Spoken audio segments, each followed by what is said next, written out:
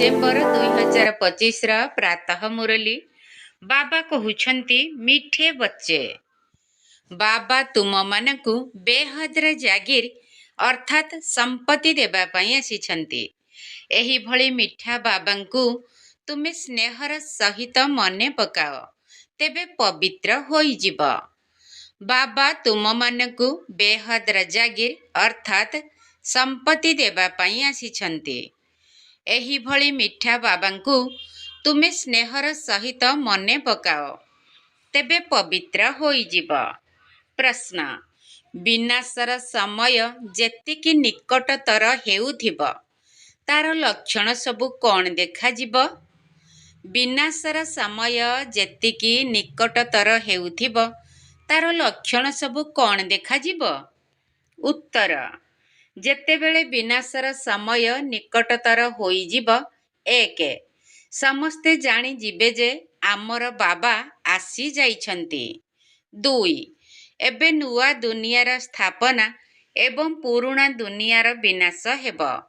बहुतंकु साक्षात्कार मध्य हेब। तीन सन्यासी मानकु एवं राजा आदिंकु मध्य ज्ञान मिलिब। चारि जेतेबेले शुणिबे जे बेहद्र बाबा आसीछंती से ही सद्गति दाता अटंती तेबे बहुत संख्यारे आसीबाकु लागिबे। पांच खबर कागज द्वारा अनेकंकु संदेश मिलिब। छ तुमे माने आत्म अभिमानी होई जिब। एकमात्र बाबांकु मने पकाई अतीन्द्रिय सुखरे रहिब। गीत इस पाप की दुनिया से ओम शांति। एक कथा किए एवं काहाकु कहउछंती? आत्मिक संतान माने। बाबा बारंबार आत्मिक शब्द काहींकी कहउछंती? काहींकी ना एबे आत्मा मानकु जीवाकु हेब। पुणी जेबे एही दुनिया को आसीब तेबे सुख मिलिब। आत्मा माने एही शांति एवं सुखर संपत्ति कल्प पूर्वरु मध्य पाइथिले। एबे पुनर्बार एही संपत्ति पुनः प्राप्त हेउछि। पुनः संपत्ति मिलिले जाई सृष्टिर चक्रर मध्य पुनर्बार पुनरावृत्ति हेब। सबु किछि पुनरावृत्ति तो हेउछि ना। जाहा किछि अतीत होई जाइछि ताहार पुणी पुनरावृत्ति हेब। एमिति तो नाटकर मध्य पुनरावृत्ति हेउछि किंतु सेथिरे परिवर्तन मध्य करी हुए। कौनसी अक्षर भूली जाइथिले ताकु लेखि देई पारंती। एहाकु पुणी चलचित्र कुहा जाउछि। एथिरे परिवर्तन होई परिबो नाही। एहा अनादि पूर्व प्रस्तुत ड्रामा अटे। सेही नाटक को पूर्व प्रस्तुत बोली कुहा जीव नाही। एही ड्रामा को बुझिले पुणी ताकु मध्य बुझी हुए। पिला माने जानी छंती एबे जेउ सबु नाटक देखुछंती से सबु मिछ अटे। कली जुगरे देखुथिबा जिनिस सबु सत्य जुगरे रहिबो नाही। सत्य जुगरे जहा होइथिला ताहा पुणी सत्य जुगरे ही हेब। एही हद्र नाटक आदि सबु पुनर्बार भक्ति मार्गरे ही हेब।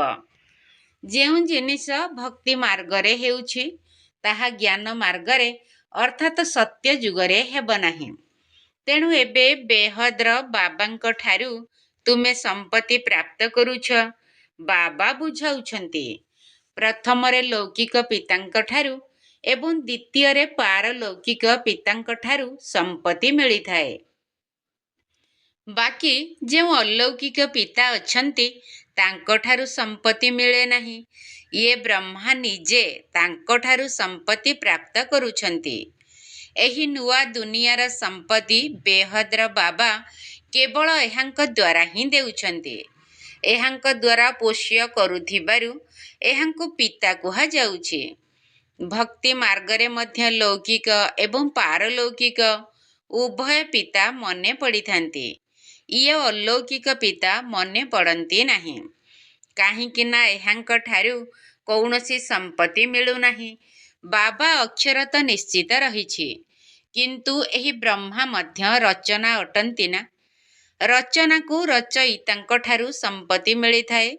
ତୁମକୁ ମଧ୍ୟ ଶିବ ବାବା ସୃଷ୍ଟି କରିଛନ୍ତି। ବ୍ରହ୍ମାକୁ ମଧ୍ୟ ସେ ସୃଷ୍ଟି କରିଛନ୍ତି। ସମ୍ପତ୍ତି ରଚୟିତାଙ୍କଠାରୁ ମିଳିଥାଏ। ସେ ହେଉଛନ୍ତି ବେହଦର ବାବା। ବ୍ରହ୍ମାଙ୍କ ପାଖରେ କ'ଣ ବେହଦର ବର୍ଷା ଅଛି? ବାବା ଏହାଙ୍କ ଦ୍ୱାରା ବସି ବୁଝାଉଛନ୍ତି। ଏହାଙ୍କୁ ମଧ୍ୟ ସମ୍ପତ୍ତି ମିଳୁଛି। ଏପରି ନୁହେଁ ଯେ ବର୍ଷା ନେଇ ତୁମକୁ ଦେଉଛନ୍ତି। ବାବା କହୁଛନ୍ତି ତୁମେ ଏହି ବ୍ରହ୍ମାକୁ ମଧ୍ୟ ମନେ ପକାଅ ନାହିଁ। ଏହି ବେହଦ ବାବାଙ୍କ ଠାରୁ ହିଁ ତୁମକୁ ସମ୍ପତ୍ତି ମିଳୁଛି। ଲୌକିକ ପିତାଙ୍କଠାରୁ ହଦ୍ର, ପାରଲୌକିକ ପିତାଙ୍କଠାରୁ ବେହଦ୍ର ଦୁଇଟି ସମ୍ପତ୍ତି ରିଜର୍ଭ ହୋଇଯାଇଛି ନା? ଶିବ ବାବାଙ୍କଠାରୁ ବର୍ଷା ମିଳୁଛି ଏକଥା ବୁଦ୍ଧିରେ ଆସୁଛି। ବାକି ବ୍ରହ୍ମା ବାବାଙ୍କଠାରୁ ସମ୍ପତ୍ତି ବୋଲି କ'ଣ କୁହାଯିବ?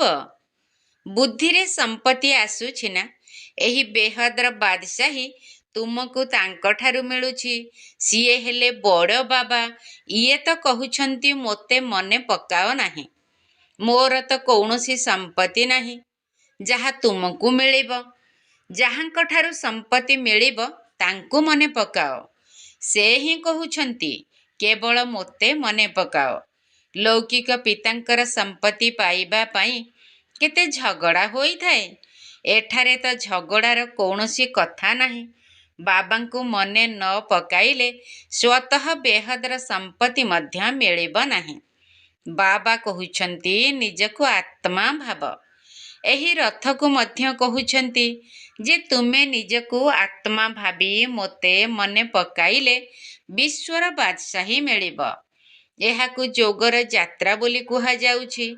ଦେହର ସବୁ ସମ୍ବନ୍ଧକୁ ଛାଡ଼ି ନିଜକୁ ଅଶରୀରୀ ଆତ୍ମା ଭାବିବାକୁ ହେବ। ଏଥିରେ ହିଁ ପରିଶ୍ରମ ରହିଛି। ପାଠ ପଢ଼ିବା ନିମନ୍ତେ କୌଣସି ପରିଶ୍ରମ ତ କରିବା ଦରକାର ନା? ଏହି ଯୋଗର ଯାତ୍ରା ଦ୍ୱାରା ତୁମେ ପତିତରୁ ପବିତ୍ର ହେଉଛ। ସେମାନେ ଶରୀର ଦ୍ୱାରା ଯାତ୍ରା କରିଥାନ୍ତି। ଏହା ତ ଆତ୍ମାର ଯାତ୍ରା ଅଟେ। ତୁମେ ପରମଧାମ ଯିବା ପାଇଁ ଏହି ଯାତ୍ରା କରୁଛ। ଏହି ପୁରୁଷାର୍ଥ ବିନା ପରମଧାମ ଅଥବା ମୁକ୍ତିଧାମକୁ କେହି ଯାଇପାରିବେ ନାହିଁ। ଯିଏ ଭଲ ଭାବରେ ବାବାଙ୍କୁ ମନେ ପକାଇବେ ସିଏ ହିଁ ଯାଇପାରିବେ ଏବଂ ଉଚ୍ଚ ପଦ ମଧ୍ୟ ସିଏ ହିଁ ପାଇପାରିବେ।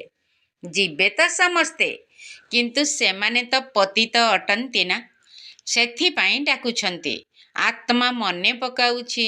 ଖାଇବା ପିଇବା ସବୁକିଛି ଆତ୍ମା କରୁଛି ନା? ଏହି ସମୟରେ ତୁମକୁ ଦେହୀ ଅଭିମାନୀ ହେବାକୁ ପଡ଼ିବ। ଏଥିରେ ହିଁ ମେହନତ ରହିଛି। ବିନା ମେହନତରେ ତ କିଛି ମିଳିନଥାଏ। ବହୁତ ସହଜ ମଧ୍ୟ ଅଟେ, କିନ୍ତୁ ମାୟାର ବିରୁଦ୍ଧ ହେଉଛି। କାହାର ଭାଗ୍ୟ ଭଲ ଥିଲେ ତୁରନ୍ତ ଏହି ସେବାରେ ଲାଗି ଯାଇଥାନ୍ତି। କେହି କେହି ଡେରିରେ ମଧ୍ୟ ଆସିବେ। ଯଦି ବୁଦ୍ଧିରେ ଠିକ୍ ଭାବରେ ଜ୍ଞାନ ବସିଗଲା ତେବେ କହିବେ ବାସ୍ ମୁଁ ଏହି ରୁହାନୀ ଯାତ୍ରାରେ ଲାଗିଯିବି। ଏହିପରି ତୀବ୍ର ବେଗରେ ସେବାରେ ଲାଗିଗଲେ ଭଲ ଭାବରେ ପୁରୁଷାର୍ଥ କରିପାରିବେ। ଘରେ ରହି ମଧ୍ୟ ବୁଦ୍ଧିରେ ଆସିଯିବ ଯେ ଏହା ତ ବହୁତ ଭଲ ଏବଂ ଠିକ୍ କଥା ଅଟେ। ମୁଁ ନିଜକୁ ଆତ୍ମା ଭାବି ପତିତ ପାବନ ବାବାଙ୍କୁ ମନେ ପକାଉଛି। ବାବାଙ୍କର ନିର୍ଦ୍ଦେଶରେ ଚାଲିଲେ ପବିତ୍ର ହୋଇପାରିବ, ହେବ ମଧ୍ୟ ନିଶ୍ଚୟ। ଏଥିରେ ପୁରୁଷାର୍ଥ କରିବାର ଅଛି। ବହୁତ ସହଜ ମଧ୍ୟ ଅଟେ। ଭକ୍ତି ମାର୍ଗରେ ତ ବହୁତ କଷ୍ଟ ହୋଇଥାଏ। ଏଠାରେ ତୁମ ବୁଦ୍ଧିରେ ଅଛି ଯେ ଏବେ ଆମକୁ ବାବାଙ୍କ ପାଖକୁ ଯିବାକୁ ହେବ। ପୁଣି ଏଠାକୁ ଆସି ବିଷ୍ଣୁଙ୍କ ମାଳାରେ ଗୁନ୍ଥା ହେବା। ମାଳାର ହିସାବ କର। ମାଳା ତ ବ୍ରହ୍ମାଙ୍କର ମଧ୍ୟ ଅଛି, ବିଷ୍ଣୁଙ୍କର ମଧ୍ୟ ଅଛି, ରୁଦ୍ରଙ୍କର ମଧ୍ୟ ରହିଛି। ପ୍ରଥମେ ପ୍ରଥମେ ଇଏ ବ୍ରହ୍ମା ହିଁ ନୂଆ ସୃଷ୍ଟିର ଅଟନ୍ତି ନା? ବାକି ସମସ୍ତେ ପଛରେ ଆସୁଛନ୍ତି, ଅର୍ଥାତ୍ ପଛରେ ଗୁନ୍ଥା ହେବେ। କହିବେ ତୁମର କେଉଁ ଉଚ୍ଚ କୂଳ? ତୁମେ କହିବ ବିଷ୍ଣୁଙ୍କ କୂଳ। ଆମେ ପ୍ରକୃତରେ ବିଷ୍ଣୁଙ୍କ କୂଳର ଥିଲୁ, ପୁଣି କ୍ଷତ୍ରିୟ କୂଳର ହେଲୁ, ପୁଣି ସେଥିରୁ ବଂଶାବଳୀ ସୃଷ୍ଟି ହେଉଛି। ଏହି ଜ୍ଞାନରୁ ତୁମେ ଜାଣୁଛ ଯେ ବଂଶାବଳୀ କିପରି ସୃଷ୍ଟି ହେଉଛି। ପ୍ରଥମେ ପ୍ରଥମେ ରୁଦ୍ରଙ୍କର ମାଳା ତିଆରି ହେଉଛି। ଏହା ସର୍ବୋଚ୍ଚ ବଂଶ ଅଟେ। ବାବା ବୁଝାଇଛନ୍ତି ଏହା ତୁମର ବହୁତ ଉଚ୍ଚ କୂଳ ଅଟେ। ଏକଥା ମଧ୍ୟ ବୁଝୁଛ ଯେ ସାରା ଦୁନିଆକୁ ସନ୍ଦେଶ ନିଶ୍ଚୟ ମିଳିବ। ଯେପରି ଅନେକ କହୁଛନ୍ତି ଭଗବାନ ନିଶ୍ଚୟ କେଉଁଠି ଆସିଛନ୍ତି କିନ୍ତୁ ଜଣା ପଡ଼ୁନାହିଁ। ଶେଷରେ ସମସ୍ତଙ୍କୁ ତ ନିଶ୍ଚୟ ଜଣା ପଡ଼ିବ। ଖବର କାଗଜରେ ମଧ୍ୟ ବାହାରିବ। ଏବେ ତ କମ୍ ବାହାର କରୁଛନ୍ତି। ଏପରି ନୁହେଁ ଯେ ଗୋଟିଏ ଖବର କାଗଜ ସମସ୍ତେ ପଢ଼ୁଛନ୍ତି। ଲାଇବ୍ରେରୀରେ ପଢ଼ିପାରିବେ। କେହି 2-4ଟା ଖବର କାଗଜ ମଧ୍ୟ ପଢ଼ିଥାନ୍ତି। କେହି ପୁଣି ବିଲକୁଲ ପଢ଼ନ୍ତି ନାହିଁ। ଏକଥା ସମସ୍ତେ ନିଶ୍ଚୟ ଜାଣିବେ ଯେ ବାବା ଆସିଛନ୍ତି। ବିନାଶର ସମୟ ନିକଟତର ହେଲେ ଜଣା ପଡ଼ିବ। ନୂଆ ଦୁନିଆର ସ୍ଥାପନା ପୁରୁଣା ଦୁନିଆର ବିନାଶ ହୋଇଥାଏ। ହୋଇପାରେ ବହୁତଙ୍କୁ ସାକ୍ଷାତକାର ମଧ୍ୟ ହେବ। ତୁମକୁ ସନ୍ନ୍ୟାସୀମାନଙ୍କୁ ରାଜାମାନଙ୍କୁ ଜ୍ଞାନ ଦେବାକୁ ହେବ। ବହୁତଙ୍କୁ ସନ୍ଦେଶ ଦେବାର ଅଛି। ଯେତେବେଳେ ଶୁଣିବେ ଯେ ବେହଦ୍ର ବାବା ଆସିଛନ୍ତି, ସେ ହିଁ ସଦ୍ଗତି ଦାତା ଅଟନ୍ତି, ତେବେ ବହୁତ ଆସିବେ। ଏବେ ଖବର କାଗଜରେ ଏତେ ମନ ପସନ୍ଦ ହେଲା ଭଳି କାଇଦା ଅନୁସାରେ ବାହାରୁ ନାହିଁ। କେହି ଆତ୍ମା ଆସିବେ ଯିଏକି ପଚରା ପଚରି କରିବେ। ପିଲାମାନେ ଜାଣିଛନ୍ତି ଯେ ଆମେ ଶ୍ରୀମତ ଆଧାରରେ ସତ୍ୟଯୁଗର ସ୍ଥାପନା କରୁଛୁ। ତୁମର ଏହା ନୂଆ ମିଶନ ଅର୍ଥାତ୍ ଆଧ୍ୟାତ୍ମିକ ସଂଗଠନ ଅଟେ। ତୁମେ ଈଶ୍ୱରୀୟ ମିଶନର ଈଶ୍ୱରୀୟ ସଦସ୍ୟ ଅଟ। ଯେପରି ଖ୍ରୀଷ୍ଟିଆନ ମିଶନର ଖ୍ରୀଷ୍ଟିଆନ ସଦସ୍ୟ ହୋଇଯାଆନ୍ତି, ତୁମେ ହେଉଛ ଈଶ୍ୱରୀୟ ସଦସ୍ୟ।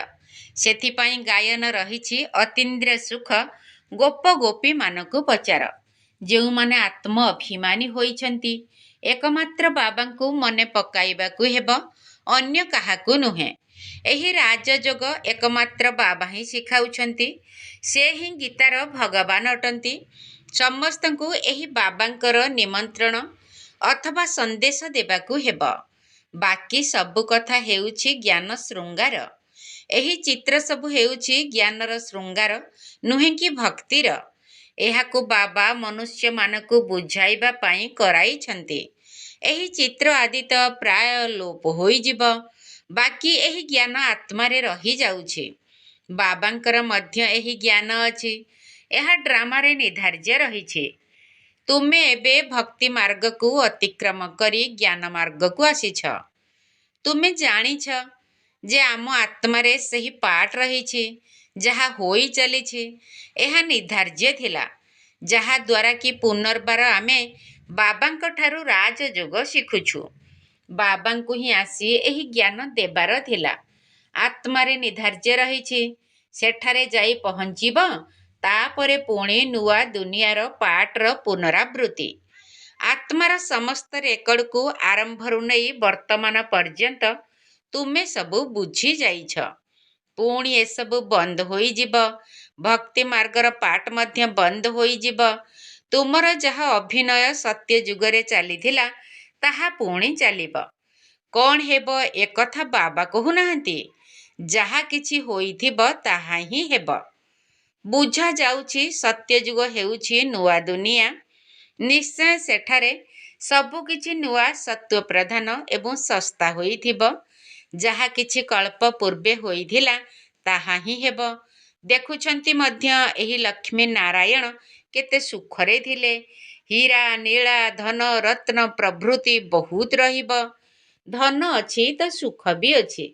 ଏଠାରେ ତୁମେ ତୁଳନା କରିପାରିବ, ସେଠାରେ କରିପାରିବ ନାହିଁ।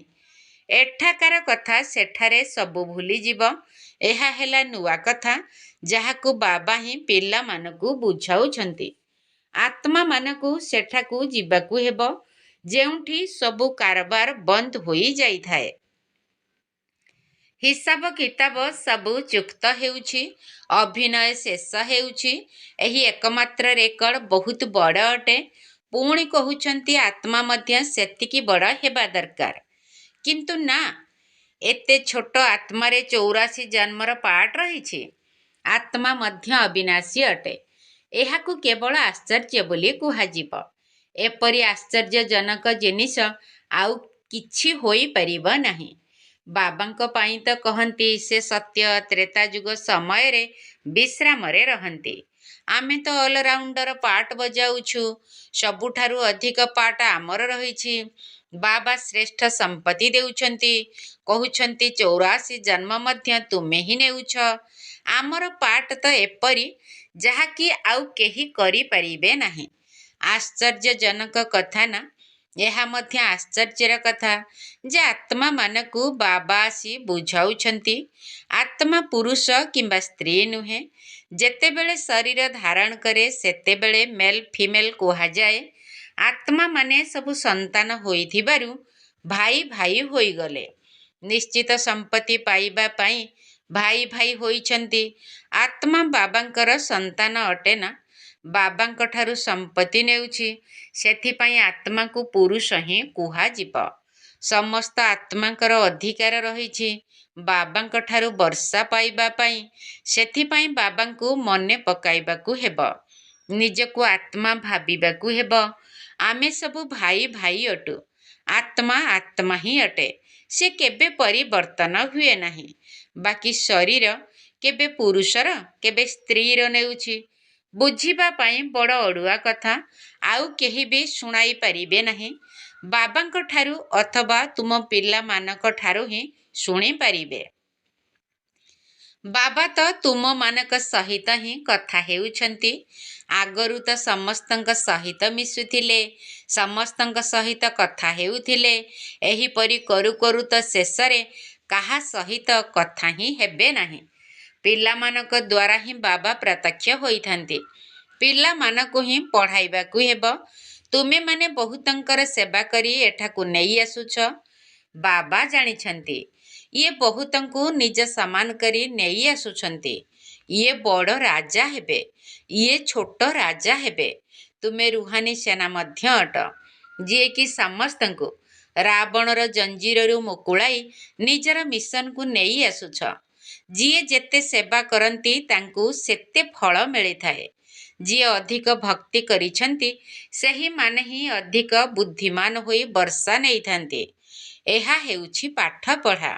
ଭଲ ଭାବରେ ପାଠ ନ ପଢ଼ିଲେ ଫେଲ୍ ହୋଇଯିବେ।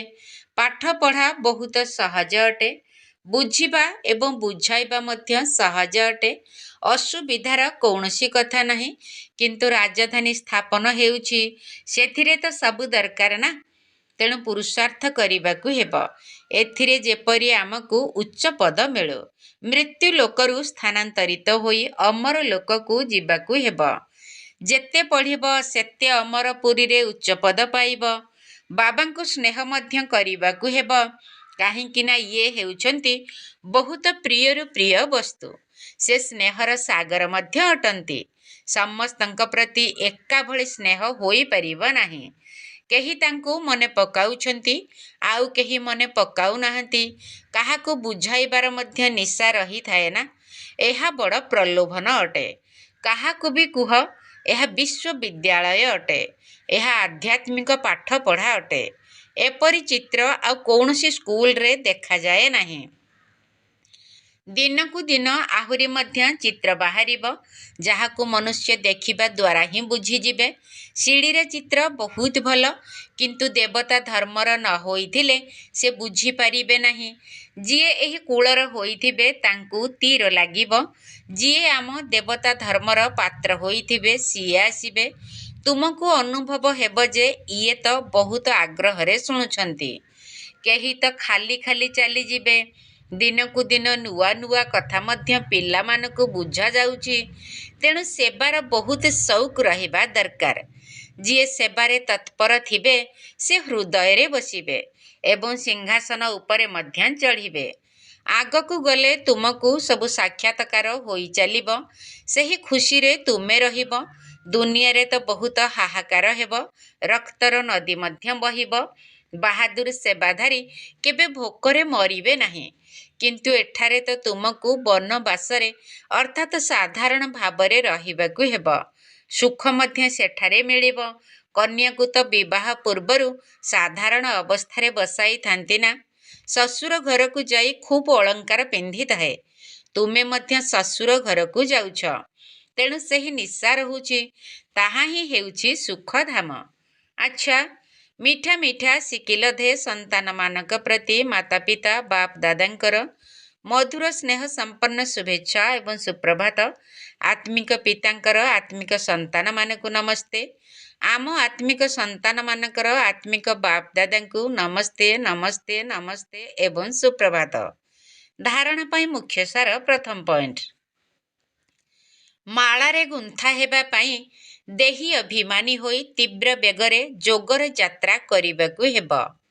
ବାବାଙ୍କର ଆଜ୍ଞା ଅନୁସାରେ ଚାଲି ପବିତ୍ର ହେବାକୁ ପଡ଼ିବ। ମାଳାରେ ଗୁନ୍ଥା ହେବା ପାଇଁ ଦେହୀ ଅଭିମାନୀ ହୋଇ ତୀବ୍ର ବେଗରେ ଯୋଗର ଯାତ୍ରା କରିବାକୁ ହେବ। ବାବାଙ୍କର ଆଜ୍ଞା ଅନୁସାରେ ଚାଲି ପବିତ୍ର ହେବାକୁ ପଡ଼ିବ। ଦ୍ୱିତୀୟ ପଏଣ୍ଟ, ବାବାଙ୍କର ପରିଚୟ ଦେଇ ବହୁତଙ୍କୁ ନିଜ ସମାନ କରିବାର ସେବା କରିବାକୁ ହେବ। ଏଠାରେ ବୈରାଗ୍ୟ ବୃତ୍ତିକୁ ଧାରଣ କରି ରହିବାକୁ ହେବ। ଅନ୍ତିମ ହାହାକାରର ଦୃଶ୍ୟ ଦେଖିବା ପାଇଁ ମହାବୀର ହେବାକୁ ପଡ଼ିବ। ବାବାଙ୍କର ପରିଚୟ ଦେଇ ବହୁତଙ୍କୁ ନିଜ ସମାନ କରିବାର ସେବା କରିବାକୁ ହେବ। ଏଠାରେ ବୈରାଗ୍ୟ ବୃତ୍ତିକୁ ଧାରଣ କରି ରହିବାକୁ ହେବ।